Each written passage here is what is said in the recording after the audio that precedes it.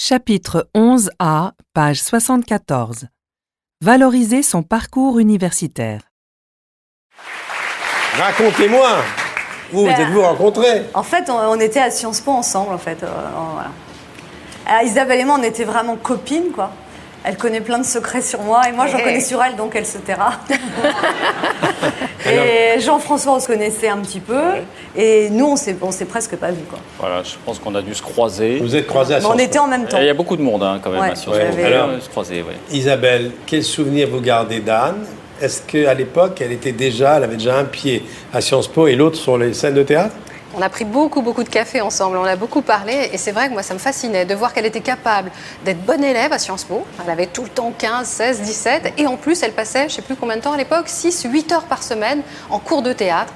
Et moi je trouvais ça formidable d'être capable de faire les deux exercices à la fois. En tout cas, ce qui était bien, c'était la seule qui se foutait pas de ma gueule quand je disais que je voulais être actrice, parce que tous les autres, ils me disaient « Ah bon, actrice Non, tu ne veux pas intégrer le conservatoire ?» Ils étaient tous très durs quand elle disait qu'elle voulait être comédienne. Tout le monde se moquait de moi, c'est vrai. Tout le monde se moquait d'elle, moi je trouvais ça très injuste. Il y avait une ambiance, il faut bien le dire, quand même un peu snob.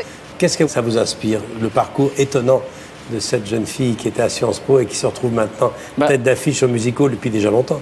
C'est vrai que c'est assez étonnant, mais c'est vrai en même temps que quand on l'entend tous les dimanches, quand on la regarde dans Vivement Dimanche, Anne, on ne peut pas s'empêcher de se dire que cette formation à Sciences Po a beaucoup contribué à son regard et à sa connaissance des choses, parce que c'est pratiquement une revue de presse ou un petit édito qu'elle fait tous les dimanches, donc on se dit, ben voilà, il y a quelque chose des bancs de Sciences Po dans ce billet qu'elle fait La chaque politique, semaine. pourquoi tu n'as pas fait l'ENA?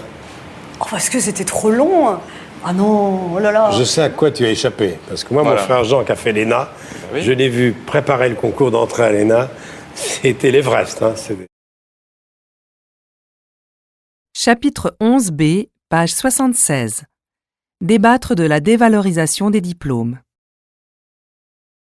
Donc, Louis Chauvel, vous avez parmi les 5 définitions possibles du déclassement ou manières d'aborder le déclassement que vous avez énumérées, il y en a une sur laquelle j'aimerais qu'on revienne parce qu'elle est aussi examinée en détail par Éric Maurin. Elle l'était déjà dans son livre précédent sur l'école. C'est celle du déclassement scolaire. Qu'en est-il de votre point de vue de la perte de valeur des diplômes dont on entend parler depuis assez longtemps? Est-ce selon vous une réalité sociale? En fait, je pense que le débat mérite d'être posé parce que c'est pas évident. Ça met en jeu des questions assez complexes de la mesure des phénomènes sociaux.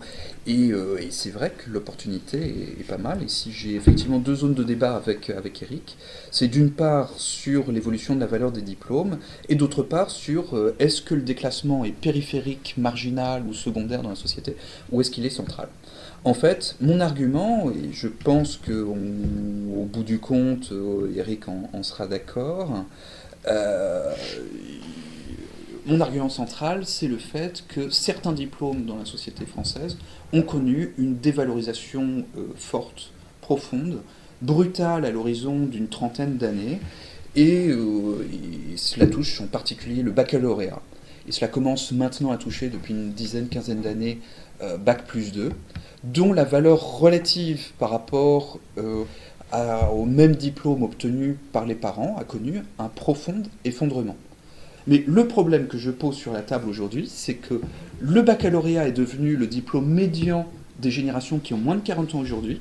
Dans le regard de leurs parents, de leurs voisins et de tout ce que l'on veut, ils sont du point de vue de leur diplôme membres des classes moyennes, mais du point de vue de leur statut social réel, existentiel, ils sont en dessous.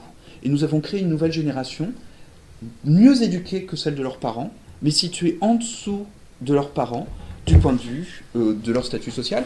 Et c'est un sentiment d'injustice, un risque potentiel à la fois social, politique et en termes de déstabilisation du monde social qu'il faut analyser avec le plus grand sérieux, parce que c'est un fait réel où le déclassement scolaire touche maintenant les gens qui sont au milieu et non pas à la périphérie inférieure de la société.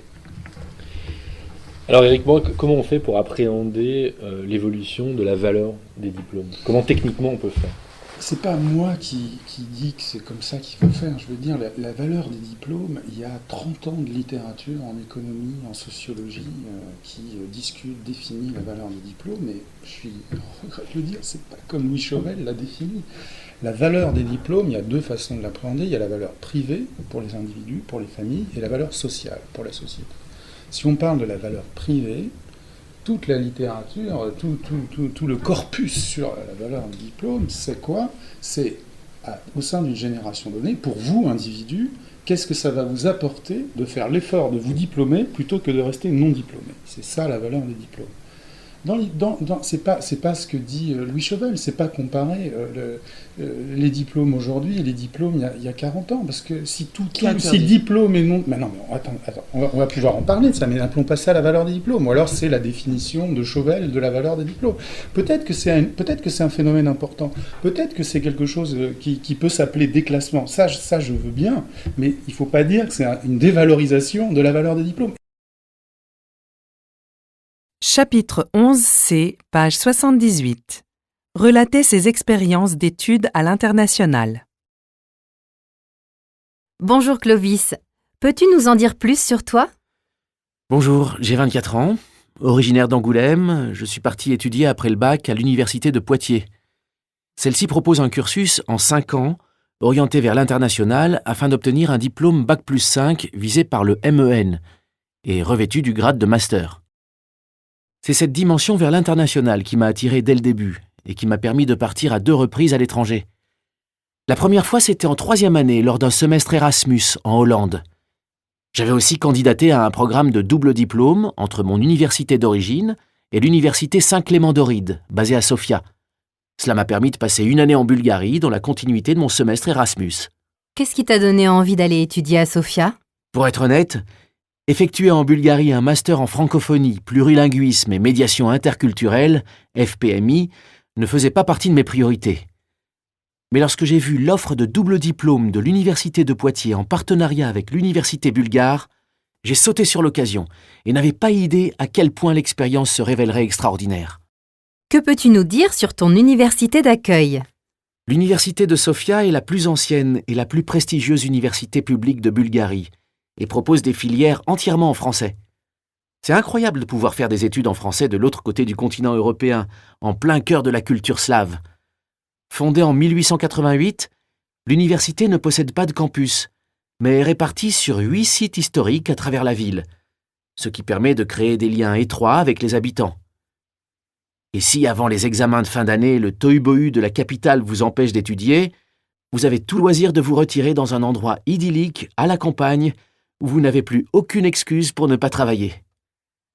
Pour ce qui est du programme d'études à proprement parler, l'étudiant étranger a la possibilité de choisir ses propres cours et son propre emploi du temps. Les cours sont généralement moins structurés qu'en France, mais offrent plus de possibilités d'interagir et de communiquer avec les professeurs. Que peux-tu nous dire sur la Bulgarie et sur ses habitants? Il faut bien évidemment éviter de vouloir expliquer à un Bulgare que l'écriture cyrillique est compliquée, surtout avant d'avoir fait quelques efforts pour l'apprendre. Mais la chose la plus importante à souligner, c'est que les Bulgares sont des gens très chaleureux et très accueillants. Finalement, que t'a apporté ton échange universitaire à Sofia? Cet échange m'a vraiment permis de découvrir une culture différente et de rencontrer de nombreuses personnes de tous horizons. C'est en tout cas une expérience très enrichissante que je recommande à tous.